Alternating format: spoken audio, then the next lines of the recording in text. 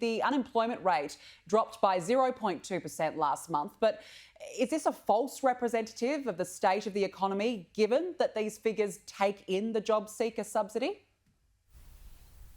I think there's a lot of reason for cautious optimism.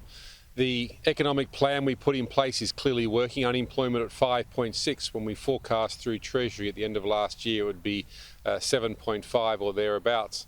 So I think the jobs market is coming back well. 90,000 part-time jobs created, 20,000 full-time lost, with a net gain of 70,000. But there's still more work to be done, we understand that, but now's the right time to be withdrawing a range of temporary subsidies, which we've done, and we're looking forward to what more we can do now.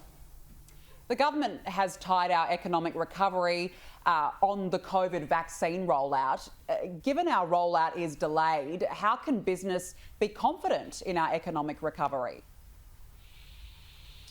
The vaccine rollout will continue to have a range of left field events, as we're seeing right across the world, and the AstraZeneca issues are just one case in point. However, the numbers yesterday, the rate of employment coming forward, the number of full-time or number of jobs now in the economy is higher now in total gross numbers than it was before the pandemic.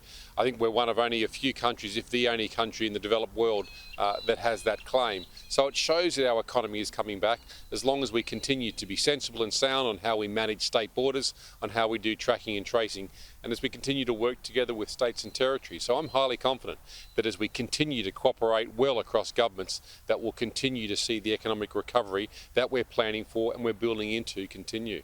But aren't these borders underpinned by our vaccine rollout? There's no question the vaccine rollout is incredibly important, but even when the vaccine is complete and the vast majority of Australians have been vaccinated, we'll still have continued issues with COVID. It's something we'll have to monitor and manage from this time forward. So it's important we get into a rhythm of how we're going to operate. Vaccinations is part of that rhythm, tracking and tracing is part of that rhythm, working with states and territories to keep borders open is part of that rhythm. And together, all of that gives a great deal of economic comfort and the opportunity to plan. You mentioned yesterday's numbers. We saw record employment growth. Minister, is it too soon to be celebrating, or do we need to wait until the full impact of that subsidy being removed has been seen?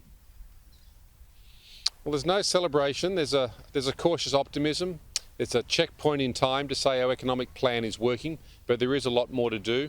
Skills are becoming necessary. Workforce planning is becoming very important. There are areas of the economy where employers are saying they're struggling to find Australians to work, so we need to put our shoulder to that wheel.